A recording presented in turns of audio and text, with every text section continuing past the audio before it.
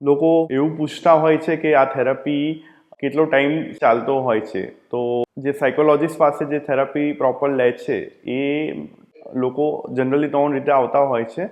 એક તો short term therapy માટે, જે ખાલી એ લોકોને જે સિમ્ટમ્સ થતા હોય એ કેમ થાય છે, શા માટે થાય છે, શેના માટે થાય છે, એનો રૂટ કોઝ શું છે, એ કરવા માટે એ લોકો આવતા હોય છે. ને જ્યારે સિમ્ટમ્સ ફ્રી થઈ જાય ત્યારે એ લોકો થેરાપીને ટર્મિનેટ કરીને પછી જતા હોય છે.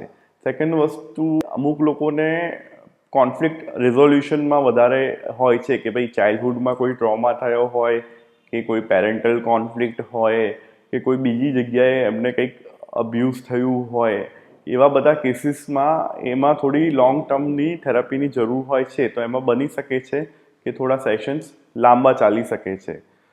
અને અમુક લોકો લોંગ ટર્મની થેરાપીમાં એવું બી હોય છે કે વીકલી વન્સ કે ટ્વાઇસ તો મેં કીધું, પણ અમુક ટાઈમે એ લોકોને લોંગ ટર્મ થેરાપી માટે 6 to 12 months બી રેગ્યુલર આવવું પડે છે. બિકોઝ એ લોકોને એમના પર્સનલ ગ્રોથ માટે બી વર્ક કરવું હોય છે.